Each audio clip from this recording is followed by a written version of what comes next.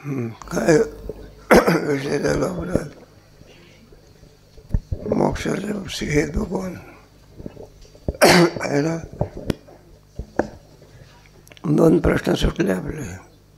मी कोण आहे हा प्रश्न सुटला. पुढे जगताचा करता कोण आहे. आणि तिसरा प्रश्न कोणता आहे. कर्म का उपासना का ज्ञान मोक्षाला काय हेतू आहे. कर्म उपासना ज्ञान आहे मोक्षाला जरी, पण ते काय साक्षात नाही. काय नाही ज्ञानोत्पत्तीला काय ते, पण मोक्ष मात्र कशाने होतं. कसं मत आहे. आपल्याला पुढे काय करायचं आहे. खंडन करायचं आहे. थोडं मत सांगा ना. समसमुच्चयवादी मोक्षाला हेतू देत असताना कर्म आणि उपासना व ज्ञान यांना युगपत हेतू देतात. त्यासाठी त्यांनी 3 उदाहरण दिले. आपण पाहिले की पक्षाचं एक उदाहरण दिलं. मोक्षरूपी आपला मुमुक्षरूपी पक्षाला उडण्याकरिता ज्ञान आणि कर्म आणि उपासना ही एक मानसिक कर्म असल्यामुळे तो कर्माचा आणि उपासनेचा एक पंख आणि ज्ञानाचा एक पंख, या 2 पंखाच्या द्वारे मुमुक्षरूपी पक्षी मोक्षरूपी त्याच्या आश्रयस्थानाला प्राप्त करू शकतो. जर एकच पंख असेल तर जसा पक्षी उडवू शकत नाही, त्याप्रमाणे मुमुक्षीला सुद्धा मोक्ष प्राप्त करायचा असेल तर ज्ञान आणि कर्म उपासना यासुद्धा युगपत असाव्या लागतील. दुसरं उदाहरण दिलं रामसेतूचं. ज्या ठिकाणी रामसेतूच्या दर्शनाने पापनिवृत्ती आणि पुण्यप्राप्ती होते, परंतु केवळ दर्शनाने नसून दर्शनाच्या ठिकाणी ज्ञान आहे. गमनक्रिया म्हणजे कर्म आहे. म्हणजे एखाद्याने फक्त रामसेतू पाहिला, त्याच्या अंतःकरणात श्रद्धा नाही आणि गमनक्रियाही नाही, तरी त्यापासून त्याला फळ प्राप्त होऊ शकत नाही. श्रद्धेसहित सेतूचं दर्शन आणि श्रद्धा केवळ असून चालत नाही. त्यासाठी श्रद्धेसहित गमनक्रियेने त्या सेतूचं दर्शन, म्हणजे गमनक्रिया म्हणजे मनात श्रद्धा आहे सेतू पाहायची, पण त्याच्यासाठी तो रामेश्वरमला गेलाच नाही तर त्याला त्या ठिकाणी रामसेतूचं दर्शन होणार नाही. म्हणजे श्रद्धा ही उपासना आहे, गमन हे कर्म आहे आणि त्या सेतूचं दर्शन हे ज्ञान आहे. हे 3 जर युगपत एकत्र आले तर त्या ठिकाणी त्याचे पापाची निवृत्ती आणि पुण्याची प्राप्ती होईल. त्याप्रमाणे ज्ञान कर्म आणि उपासना ही युगपत जर मुमुक्षूने केले तरच त्याला मोक्ष होईल. तिसरं असं त्यांनी उदाहरण दिलं की ज्ञान कर्म आणि उपासना जरी तुम्ही साक्षात हेतू मानत नसाल तरी निष्काम कर्म आणि निष्काम उपासना याच्याद्वाराच ज्ञान प्राप्त होतं आणि ज्ञान प्राप्त झाल्याच्या नंतर मोक्ष होतो. मग असं करा. ते सांगतात, पूर्वपक्षी सिद्धांतालाच सांगतात की ज्याप्रमाणे कर्म आणि उपासना ज्ञानाला हेतू होतात, त्याप्रमाणे ज्ञानापासून उत्पन्न होणाऱ्या मोक्षालाही ज्ञान आणि कर्म आणि उपासनाच हेतू होतात. त्यासाठी एक उदाहरण दिलं वृक्षाच्या जलसिंचनाचं. जसं जलसिंचन हे ज्ञानरूपी जलसिंचन केल्याच्या नंतर वृक्ष उत्पन्न होतो, पुष्ट होतो आणि त्या वृक्षाला फळं येतात, त्याप्रमाणे कर्म उपासनारूपी जलसिंचनाने ज्ञानरूपी वृक्ष उत्पन्न झाल्याच्या नंतर त्या वृक्षाच्या पुष्टतेद्वारे किंवा त्या वृक्षालाच मोक्षरूपी फळ लागतं. जर जलसिंचनच केलं नाही तर वृक्षही उत्पन्न होणार नाही आणि उत्पन्न झालेला वृक्ष जर जलसिंचन नसेल, म्हणजे झाडाला पाणी नसेल, तर त्याला फळही लागणार नाहीत. म्हणून जलसिंचनरूपी कर्म उपासना आणि वृक्षरूपी ज्ञान आणि त्याला लागलेलं मोक्षरूपी फळ हे जर प्राप्त करायचं असेल तर जलसिंचन हे महत्त्वाचं आहे, असा हेतू दिला. पुन्हा आणखीन एक हेतू देताना त्यांनी असं सांगितलं, या निष्काम कर्माने आणि निष्काम उपासनेने ज्याचं अंतःकरण शुद्ध झालेले त्याच्या अंतःकरणात हे ज्ञान उत्पन्न होतं. जर ज्ञान उत्पन्न होण्याकरिता निष्काम कर्म आणि उपासना असाव्या लागतात. अशा शुद्ध अंतःकरणामध्ये ज्ञान उत्पन्न झाल्याच्या नंतर जर पुन्हा ज्ञानोत्तर त्याने कर्म आणि उपासनेचा त्याग केला तर पुन्हा त्याचं अंतःकरण हे चंचलही होईल आणि मलिनही होईल. मग अशा चंचल आणि मलिन अंतःकरणात ज्ञान राहणार नाही. म्हणजे ज्ञानपूर्वकाली ज्ञान उत्पत्तीकरिता कर्म आणि उपासना हेतू आहेत आणि ज्ञानोत्तर त्या ज्ञानाद्वारे होणारा जो मोक्षरूपी बोध आहे त्याच्या रक्षणासाठी सुद्धा कर्म उपासना आहे. त्याच्यासाठी एक त्यांनी उदाहरण दिलं की जे ब्राह्मण असतात, पंडित असतात, ते वेदाचं अध्ययन करण्याकरिता अगोदर आश्रमाची जागा निवडताना ती शुचिर्भूत करतात, मंत्रांनी ती अगोदर पवित्र करतात आणि नंतर त्याच्यामध्ये वेदाध्ययन करतात आणि जर पुन्हा काही कारणास्तव ती भूमी अपवित्र झाली तर त्या भूमीचा त्याग करतात. त्याप्रमाणे ज्ञानरूपी असणारे हे बटू किंवा ब्राह्मण या अंतकरणरूपी शुद्ध अंतकरणरूपी आश्रमात कर्म उपासनेने स्वच्छ असल्यामुळे त्या ठिकाणी ते ज्ञान राहतं आणि पुन्हा कर्म उपासनेचा त्याग केला तर आश्रम जसा अपवित्र होऊन ब्राह्मण त्याचा त्याग करतात तसं हे ज्ञान अंतकरण अपवित्र झाल्यामुळे अंतकरणात स्थिर राहत नाही. यावरून असं की ज्ञान कर्म आणि उपासना ही युगपत असतील तर मोक्षाला हेतू ठरतील. ज्ञान उत्तर किंवा ज्ञानपूर्वकालीसुद्धा जरी मोक्षास ज्ञान साक्षात हेतू मानलं तरी ज्ञान उत्पन्न होण्याकरिता कर्म उपासना हवीच लागते आणि त्याद्वाराच ज्ञान आणि मोक्ष होतो. म्हणून कर्म उपासना आणि ज्ञान हे तिन्ही युगपत असायला हवं. दोन ज्ञान जरी झालं तरी त्याच्या रक्षणाकरता काय पाहिजे? कर्म उपासना पाहिजे.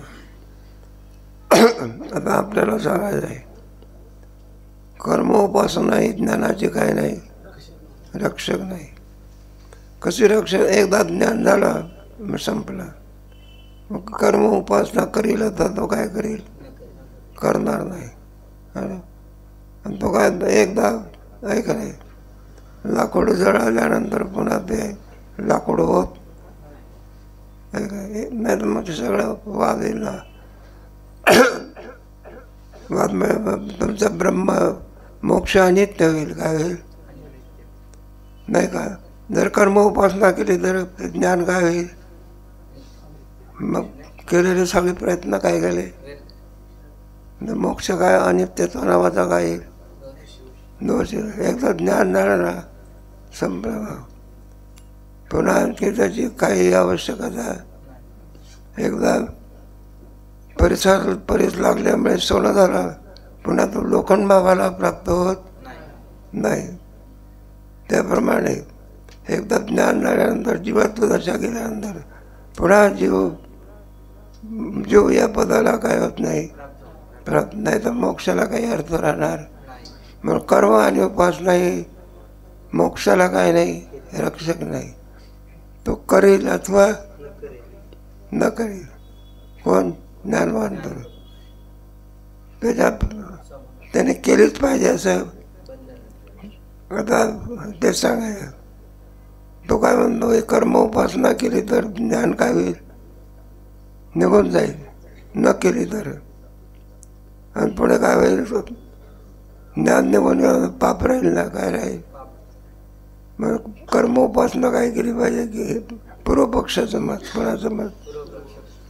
उत्तर पक्ष सांगतो त्याला कर्म उपासनेची आवश्यकता आहे. एकदा ज्ञान झालं की संपलं. जीव ब्रह्मैव न परा. बस.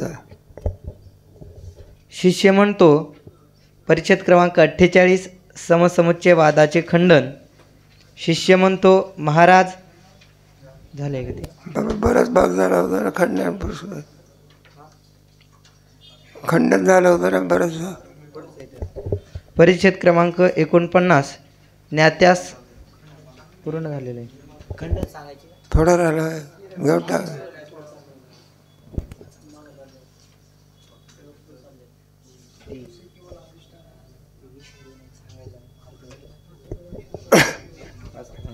जशी रज्जुज्ञानाने सर्पभ्रांतीची निवृत्ती सर्वांना प्रत्यक्ष आहे तशी अधिष्ठान ज्ञानाने भ्रांतीची निवृत्ती प्रत्यक्ष म्हणजे दृष्टफल आहे. दृष्टफल आहे. वेदांत शास्त्रामध्ये सुद्धा दोरीच्या ज्ञानाने सर्पाची भ्रांती काय होते? निवृत्त होते ना. नाही का? कोणाच्या ज्ञानाने? खरा सर्प असेल तर दोरी किती दाखवली तर असं तुम्हाला काय पूजा करतो का? ज्या अर्थी दोरीच्या ज्ञानाने सर्पाची निवृत्ती होते त्या अर्थी तो सर्प मिथ्या असला म्हणून जगात सुद्धा कोणाच्या ज्ञानाने निवृत्त होते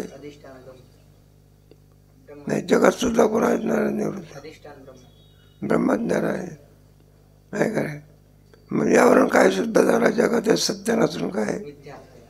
जर जगात सत्य असतं तर ब्रह्मज्ञानाने किती प्रयत्न केला तरी जगात मिथ्या झालं नसतं. सिद्धांत आहे ना. मग तुम्हाला बंध निवृत्त करायचं असेल, कोणाच्या ज्ञानाने बंध निवृत्त होतो? ब्रह्म. ज्या अर्थी निवृत्त होतो त्या अर्थी बंध कसा असला पाहिजे? मिथ्या.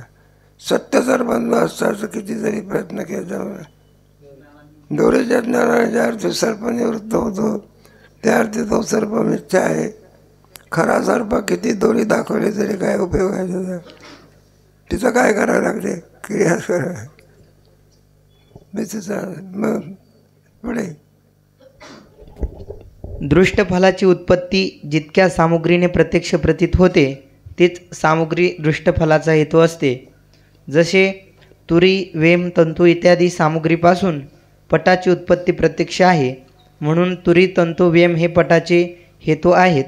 आणि केवळ भोजनाने तृप्तिरूपी फल प्रत्यक्ष होते, म्हणून केवळ भोजन तृप्तीचा हेतू आहे. कारण दृष्टफलाला आणि अदृष्टफलाला, दृष्टफलाला कशाची आवश्यकता नाही. साखर तोंडामध्ये टाकल्यानंतर तिथं काय त्याला पुसून काढली पाहिजे साखर, असं काय नजर म्हणा मिरची बरोबर काढली पाहिजे असं काय? तिथे दृष्ट फला अन्याला काय नाही, अदृष्ट फलाला मात्र काय आहे आवश्यक आहे. आपण जर दर्शन केलं भाव नसेल तर मग फल मिळेल का? यथार्थ फल मिळत नाही. त्याच्यापुढे असे काय भावे भावे विन भक्ती, बळे विन शक्ती, असं तुकोबाने म्हटलं की भावच नसला तर काय? कोणीतरी पोरगा शाळा शिकत होता, त्याच्या घरचा नियम देवाला नैवेद्य दाखवल्याशिवाय जेवण करायचं नाही. शनिवारची शाळा सकाळच्या वेळी. ते काय झालं बघा, मुलाचा बाप कुठंतरी कामाकरता जाणार होता. नियम आहे देवाची पूजा केल्याशिवाय अन्न ग्रहण करायचं. मग ते त्याची आई होती, ती म्हणले तुम्ही काही काळजी करू नका, आपल्या बाळू करून काय करून घेऊ, पूजा करून घेऊ. मग शनिवारची शाळा सुटली, बाळू आला बघा, त्याच्या चित्तात सगळा नाश्ता भरलेला होता, काय जेवण भर. आल्याबरोबर म्हणाला आई जेवायला वाढ, काय कर. मग ते सांगितलं, म्हटलं देवाला नैवेद्य दाखवल्याशिवाय म्हणलं वाढणं जेवण जमणार नाही. त्याला माहिती होतं, म्हटलं आपल्या आईचा स्वभाव साधा नाही जर पूजा बिजा केली तर म्हटलं आणल्याशिवाय देवा पूजा करण्याकरता देवालयात गेला. त्या देवपाठावर देवही किती होते, त्याला वाटायला लागलं म्हटलं आपल्या आईने सगळ्या गावातले देव ओळखले, कोणाच माहिती, सगळे देव आले.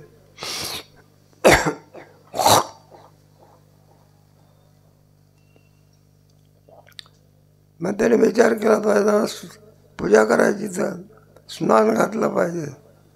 क्रमाक्रमाने जर आपण स्नान घालत बसलो तर देव मोजले होते ते 101 होते. कुठून गोळा केले ते कुणाला माहिती. एका देवाला जर आपण स्नान घालायला लागलो, 1 मिनिट तर दिला तरी 1 तास लागेल. म्हणला सामुदायिक स्नानाला पण बाटलीत घातले कशात आणि टाक्यामध्ये काय मिळवले, 2-3दा हलवणार वर मोजले. ते स्नान घालण्याच्या पूर्वी 101 होते आणि टाक्यातून बाहेर काढल्यावर किती भरले? 100च भरले का? त्या पोराने विचार केला, म्हणला याच्यातला मुख्य देव एक काय झाला, मेला म्हणा पुढे. आता बाकीच्या देवाला काय म्हणलं, सुतक म्हणलं. आता कुठं गंध लावता येते का, पूजा करता येते का? म्हणलं आहे देवाला वाढ. अरे म्हणलं मग स्नान झालं का? तर म्हणायला लागले इतक्या लवकर कसं? म्हणलं एक देव बुडून गेला, बाकीच्या देवाला काय म्हणलं, सुतक म्हणलं. पूजा करण्याची काय नाही. मग पूजा करीत नाही का भाव नाही, मग काय पाहिजे? तर फलाची काय होते, नाहीतर फलाची प्राप्ती होऊ शकत नाही. केवळ हेतुदर्शनाने पाप निवृत्ती होत, मग कशाचाही भावा हे तुमच्या व्यवहारामध्ये सुद्धा असंच आहे. आपण परीक्षण करत नाही. तुम्ही जेवायला बसले बरं का, खरी जेवायला भूक जात नाही, मग आदराने लागते. काय लागते? आदर. मग जेवणापेक्षा भूक कशा निवृत्त होते? आदराने. नाही तर मग आपलं एका माणूस जेवायला बसला, घ्या बा जेवण करून, भेटते का असं?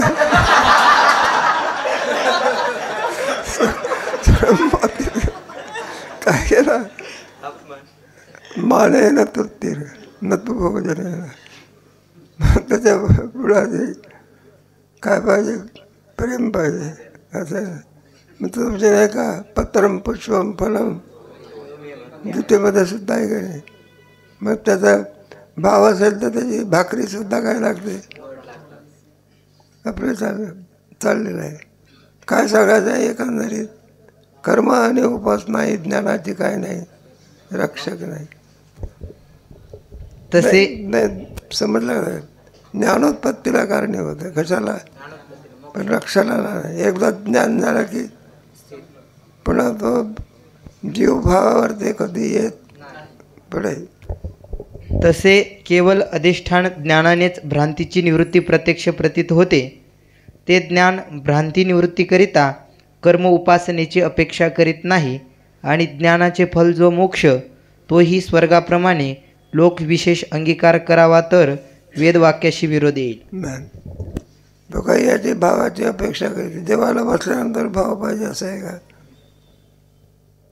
म्हणून कर्म आणि उपासना हे ज्ञानोत्पत्तीच्या पूर्वी आहे. मग कर्म उपासना केली तर ज्ञानाची काय होते? मोक्ष नाही होत. मात्र काय होत नाही? मोक्ष कशाने होतो? ज्ञानानेच होतो. कारण ज्ञानवानाचे प्राण कोणत्याही लोकास जात नाहीत असे वेदाने सांगितले आहे.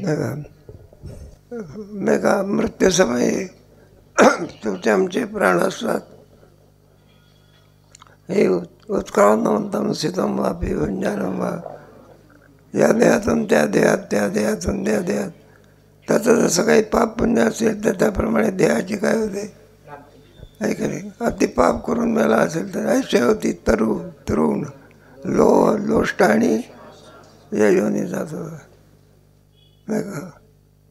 म्हणून त्याला ज्ञानवाना आता हे हेतू कोणाचा चालला? ज्ञानवानाचा. अज्ञानी नाही कोण? त्याचे प्राण पुन्हा काय होत नाही, कोणत्याही देहामध्ये लोकांतरात जात नाही. म्हणजे प्राण काय होतात? बाधित होऊन जातात, तत्स्वरूप होऊन जातात. हे बाप एखादा आपण शेंगदाणे आहे असे जर आपण पात्रामध्ये ठेवले, पाणी टाकून त्याला अंकुर फुटते का? काय फुटते? आणि भाजका शेंगदाणा त्याला पाण्यात टाकला तर अंकुर फुटते का? त्याचं आतलं सगळं काय गेलं?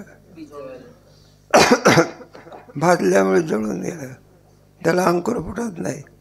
मग तेच लावायचं. तुम्ही आम्ही या देहातून आणि तत्ववेत्ता पुरुष मोक्ष नाही रे आणि तुका म्हणे माझी भाग त्याची सरली अन्नाला सफळ.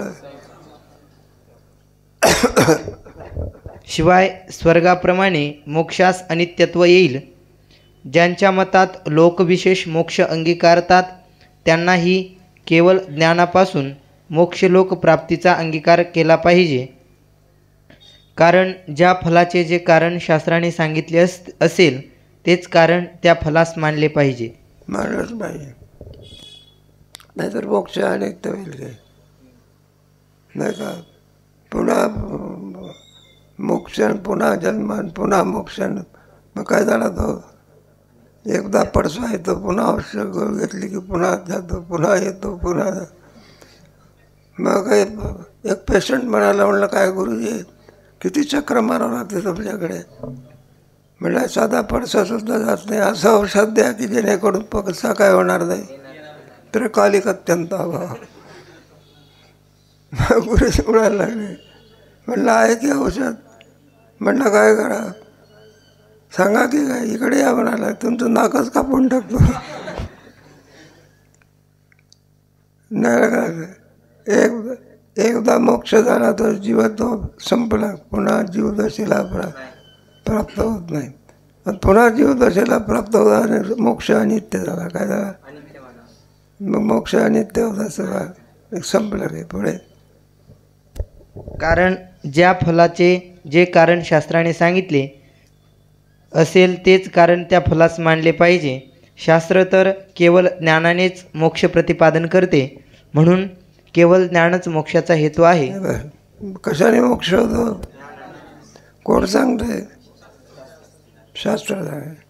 ज्ञानानेच काय होतं, म्हणून मोक्षाला हेतू कोण आहे? ज्ञानाचा. कर्म उपासना आहे, मोक्षाला काही नाही, हेतू नाही. आपला विचार चाललेला ना, मोक्ष कशाने होतो? ज्ञानानेच काय होतं? कर्म, उपासना आणि ज्ञान या तिहींचा समसमुच्चय मोक्षास हेतू नाही. कर्म आणि पुढे ज्ञान आणि उपासना याला समसमुच्चय म्हणायचं. काय म्हणायचं? तीन आले ना, एक कर्म, दुसरं उपासना, तिसरं कोण? ज्ञान. हा समसमुच्चय मोक्षाला हेतू नाही. मग कोण कारणीभूत आहे? ज्ञान हेच मोक्षाला काय आहे? कारणीभूत आहे. नाही आलं का लक्षात? हे आहे कोण? कर्म आणि उपासना. मग ज्ञानोत्पत्ती करताय. कशा करता? ज्ञान मात्र कोणाकरता कारणीभूत आहे? मोक्षाला. समसमुच्चय वादाचे खंडन आहे. पुढे परिच्छेद क्रमांक 50. कर्म व उपासना ज्ञानाची रक्षक नाहीत. मग कर्म आणि उपासना हे ज्ञानाचे काय नाही, रक्षक नाही. ते ज्ञान रक्षणाकरिता ज्ञानवानास कर्म उपासनेची आवश्यकता आहे असे सांगून वृक्षाच्या जलसिंचनाचा दृष्टांत दिला होता, परंतु कर्म उपासना ही ज्ञानाची रक्षक नाहीत. त्याने 2-3 सांगितलं होतं. जर तत्ववेद्याने पुन्हा कर्म उपासना केली नाही तर ज्ञान काय होईल? मग त्याने कर्म उपासना काय झाली पाहिजे? की मुद्दा आहे ना, काय त्या मुद्द्याचं विवरण आहे. मग त्याने कर्म उपासना केलीच पाहिजे. याला सांगायचं आहे. म्हणलं का केली पाहिजे? जर कर्म उपासना केली नाही तर त्या चित्तामधून ज्ञान काय होऊन जाईल? निघून जाईल, नाही का? म्हणून त्याने कर्म उपासना काय केली पाहिजे? आता त्याचं आपल्याला खंडन करायचं. काय करायचं? तो करेल अथवा करणार, कारण त्याला आता ज्ञान झालेलं आहे. एकदा ज्ञान झालं म्हणजे पुन्हा तो नाही का, जीव या दशेवरती येत. लाकूड जळाल्यानंतर पुन्हा राखेचं लाकूड तयार होतं का? संपलं. परीस लागल्यानंतर लोखंड सोनं झालं, पुन्हा लोखंड होते का? एकदा तरुणपणा आला म्हणजे बालपणा येत असते का? बालपणा काय झाला? म्हातारपणा आला म्हणजे मग तरुणपणा येतो का? नाही म्हटलं औषध घ्यायला येतो. काय काय एकदा काळा केस झाला म्हणजे किती प्रयत्न केला तरी ते पुन्हा पांढरं होत. अरे पण पांढऱ्याचे काळे झाले दिसते, याची वाट काय? आपला विषय या अलीकडे फॅशन निघाली, काय निघाले, जाऊ द्या. आपला हे नाही. एकदा ब्रह्मभावाला झाल्यानंतर बरं का, नदी समुद्राला मिळाल्यानंतर ती नदी राहत नाही. नाही ठीक आहे. म्हणून कर्म उपासना ही ज्ञानाला काही नाही, रक्षक नाही. खंडन चाललेलं वाचा. ज्ञानाच्या पूर्वावस्थेत तर उलट ज्ञानाची नाशक आहेत. शिवाय जलसिंचनाचा दृष्टांतही योग्य नाही. जलसिंचन वृक्षोत्पत्तीस आणि त्याच्या रक्षणास हेतू नाही. कारण वृद्ध वृक्षास केलेले जलसिंचन फक्त वृक्षाच्या रक्षणास निमित्त आहे, फलोत्पत्तीस निमित्त नाही. म्हणजे जलसिंचन हे सुद्धा फलोत्पत्तीला काय नाही. मग कशावरून हो? एखादा माथारा वृक्ष झालेला आहे, काय झालेला आहे, मग त्याला फळं येतात बा. मग कोणता वृक्ष पाहिजे? असं तरुण वृक्ष. संशयित झाड तर बघा म्हातारं झालेलं होतं, त्याला कुठले काय यायचं, विनाकारण जागा अडवून ठेवली. तोडून काय करा, त्याला काही मर्यादा आहे ना काय? त्याप्रमाणे चाललेलं आहे. एकदा ज्ञान झाल्यानंतर पुन्हा त्याच्या रक्षण आहे. मग कोणत्या वृक्षाला फळं येत असतात? पुष्ट असावं लागतं. काय असावं लागतं? नुसतं वृक्षाला फळ येत नाही, त्याला काय पाहिजे? पुष्टता लागते. म्हणून पुष्टता ही फळाला काय आहे? कारणीभूत आहे. जलसिंचन हे सुद्धा फळाला काय नाही, कारण नाही. कारण एखाद्या म्हाताऱ्या झाडालाही सुद्धा काय होते, मग त्याला फळ येतात का? कारण त्याची पुष्टता काय झाली, निघून गेली. जलसिंचनाने पुष्ट जो वृक्ष त्याची पुष्टता फलास हेतू आहे. कोणाची फळाला कोण हेतू आहे? पुष्टता. कोणाही म्हाताऱ्या माणसाचं लग्न होत असते का? त्याला तारुण्य लागतं, काय लागतं, त्याला कशाची अपेक्षा आहे? पूर्वीच्या काळात म्हणतात बालविवाह होत ते म्हणतात, पण तो काळ वेगळा होता. मग त्याला एक विशिष्ट वयाची काय लागते, मर्यादा लागत असते, काय काय. म्हणून सुद्धा जाऊ द्या, विषांतर होते आपलं, नको जास्त वाचा. जलसिंचन फलास हेतू नाही, तशी कर्म उपासना ही ज्ञात्याच्या उत्पत्तीस म्हणजे ज्ञानाच्या उत्पत्तीस म्हणजे अंतःकरण शुद्धीस उपयोगी आहे, परंतु मोक्षोत्पत्तीस नाहीत. ज्ञानच उपयोगी आहे. अंतःकरण शुद्धीला कोण उपयुक्त आहे? कर्म उपासना. अंतःकरण शुद्धीला कर्म, स्थिरतेला उपासना. आणि त्याच्यापासून ज्ञानोत्पत्तीला कोण आहे? मोक्षाच्या उत्पत्तीला कोण कारणीभूत आहे? ज्ञानात. पुढे म्हणून ज्ञानाहून पूर्वी अंतःकरण शुद्धी आणि निश्चलतेकरिता कर्म उपासना करावी. ज्ञानानंतर मोक्षाकरिता त्यांची जरुरी नाही. तो करेल अथवा करणार. कारण आता एकदा विद्यार्थी त्या वर्गातून पास झाला, पुन्हा त्याला बसण्याची काय नाही. ते काय काय मुलं होते बघा, ते 4 वर्ष सुटल्यानंतर पुन्हा काय करायचे. मग आम्ही त्याला सांगायचो अजून नाव पावायचा, पण इच्छा आहे तर आपले काय करत जा बसू द्या. पण त्याला कर्तव्य राहिलेलं आहे. मग तसंच आहे, एकदा ज्ञान झालं की तो कर्म उपासनेपासून तो काय झाला, त्यांनी फलं मिळाली ना त्याला. काय मिळाली? त्याचं वाचा पुढे. कर्ममोक्षास कारण नाही असे आमचे म्हणणे नाही, परंतु समुच्चयवाद्यांप्रमाणे ज्ञानकर्माचा समसमुच्चय आम्ही मानत नाही. वेदांत समज कर्म उपासना ही मोक्षाला कारण नाही असं आम्ही मानत नाही. काय नाही, कारण आहे की, पण ते बहिरंग कारण आहे. कोणतं?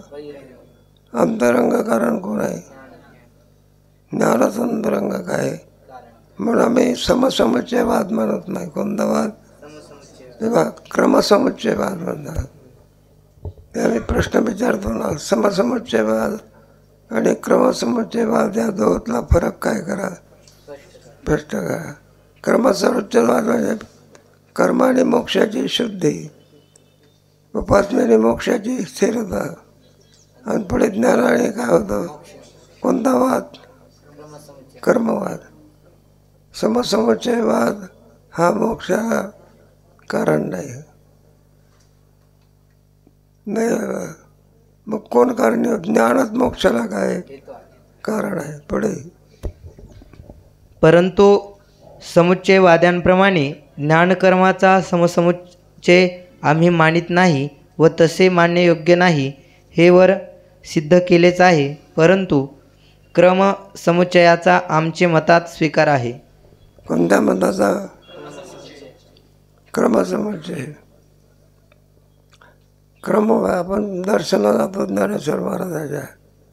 पूर्वीचा काळ वेगळा होता. दार उघडलं की 50 माणसं काय व्हायचे? हात पाहिजे. कोणता बात? समजून पोलीस आला, तोडला, दार बंद करा. मग घोळका होता तिथे 50 लोकांचा. म्हटलं क्रमाने उभं राहा शिस्तीमध्ये. कसं इथं जेवायच्या वेळेला असं नवीन संस्था नव्हती, जुनी संस्था. मग दारं बंद असायची. सारे पोरं 25-30 दाराच्या जवळ काय असायचे. आणि दार उघडल्यावर चेंगराचे. प्रत्येक जणाला वाटत पहिल्या पंक्तीत आपला आला पाहिजे. बरं. मग काही शिस्तीत असायचे. हे म्हटलं जमणार नाही काही. मग काय लावा? क्रम लावा. नाही काय आपण म्हटलं जेवायला. मग ते म्हणायचे माळा आहे का तुमच्या गळ्यात? म्हटलं नाही, बसा खाली. माळवाले काय करा, उठा की. पुन्हा आणखी सांगायचे. म्हटलं आतमध्ये जायचं ना. म्हण पुन्हा म्हणायचे तुम्हाला हरिपाठ पाठ येतो का? म्हटलं नाही, बसा. जाऊ द्या. क्रमसमुच्चय वाद. कोणता वाद? नाही का? दोन समजले का? समसमुच्चय वाद आणि मग समसमुच्चय वाद हा मोक्षाला कसा कारणीभूत नाही तो सांगता आलं पाहिजे. मग समसमुच्चय वादामध्ये काय आहे?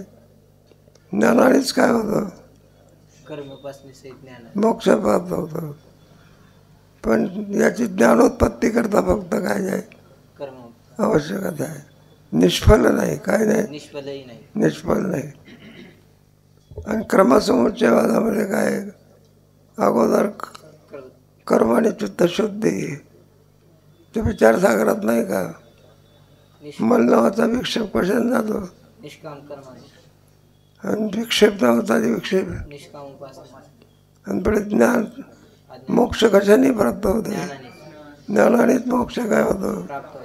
प्राप्त होतो. पुढे चित्तशुद्धीकरिता प्रथम कर्म, नंतर निश्चलतेकरिता उपासना करणे अवश्य आहे. अंतःकरण शुद्ध आणि निश्चल झाल्यानंतर जिज्ञासूने श्रवणाविरोधी कर्मोपासनेचा त्याग केला पाहिजे. म्हणून त्याला काही आवश्यकता नाही. चित्तशुद्धी होऊन गेलेली आहे. चित्ताची काय झाली? स्थिरता झाली आहे. त्याला कर्म उपासनेची काय नाही आवश्यकता नाही. करील अथवा करणार स्वेच्छामय. शास्त्र त्याला विधी निदान सांगत नाही. एकदा संस्थेतून विद्यार्थी सुटला म्हणजे संस्था त्याला काही नियम सांगत नाही. तुझं नाव याच्यावर आहे का? तर भलताला जायचं, नाही तर मग असं सांगते का? पुढे म्हणून उत्तम जिज्ञासू आणि ब्रह्मवेत्ता यांना कर्मोपासना निष्फळ आहे. कोण? उत्तम जिज्ञासू. दुसरा दोमध्ये काय फरक आहे? ब्रह्मवेत्याला मोक्षरूपी फळ म्हणजे प्राप्त झालेला आहे आणि जिज्ञासू हा साधन चतुष्टय संपन्न होऊन मोक्षप्राप्तीकरिता ज्ञान संपादन करत असतो. मोक्षाच्या मार्गावर आहे. कोणाच्या मार्गावर? तो मात्र कोणता जिज्ञासा? त्याच्यात प्रश्नात शब्द ठेवले उत्तम जिज्ञासा आहे का नाही? जिज्ञासू म्हटलं का उत्तम जिज्ञासू? त्या जिज्ञासूमध्ये काय फरक आहे ना? उत्तम जिज्ञासू तुमच्या हे काय नाही उद्धार काय कृपा करेल. कोणता जिज्ञासू? सामान्य एकाच वेळेला कीर्तन आहे एकाच आहे माणूस महाराजाचा आणि जेवणाची वेळ तीच आहे. कीर्तनाची वेळ आणि जेवणाची वेळ. मग एक जो असतो सामान्य तो म्हणतो अगोदर जेवण करू, मिळाला वेळ तर कुठे जाऊ. दुसरा म्हणतो नाही अगोदर काय ऐकू, कीर्तन. मिळाला वेळ तर काय करू. दोमध्ये काय फरक आहे. एक सामान्य जिज्ञासा, दुसरा ज्ञान काय. मग जेवण केव्हाही करता येईल, कीर्तन कधी काय ऐकता येईल. साधनामध्ये ज्याची अधिक प्रवृत्ती आहे त्याला उत्तम जिज्ञासा म्हणा काय म्हणा, आणि मंद प्रवृत्ती आहे त्याला काय तर मध्यम जिज्ञासा. आणि प्रवृत्तीच नाही काय नाही मग त्याला काय म्हणतं विषयी आणि पामर पडेल. शिवाय कर्म उपासनेपासून उत्पन्न झालेले ज्ञान कर्म उपासनेने रक्षण होते आणि कर्म उपासना न करील तर ते उत्पन्न झालेले ज्ञान नष्ट होईल. म्हणून ज्ञानवानाने कर्म उपासना केली पाहिजे असे म्हणणे म्हणजे शास्त्रविषयीचे आपले अज्ञान प्रकट करणे होय. आता खंडन चालला आहे. पण त्याने काय म्हटलं, ज्ञानवान जरी झाला तरी कर्म उपासना केली पाहिजे. नाही कर्म उपासना केली तर ते ज्ञान काय होईल, निघून जाईल. काय होईल ते ज्ञान म्हणजे अपेक्षा लावली. काय लावली, अपेक्षा. नाहीतर काय लागेल, पाप लागेल. म्हणून ज्ञात्या पुरुषांनी कर्म उपासना केलीच पाहिजे असं मत आहे. त्याचं आपल्याला काय करायचं आहे, खंडन करायचं आहे. थोडा घसा काम कर देईना, अधिक विचार कधी करू आता.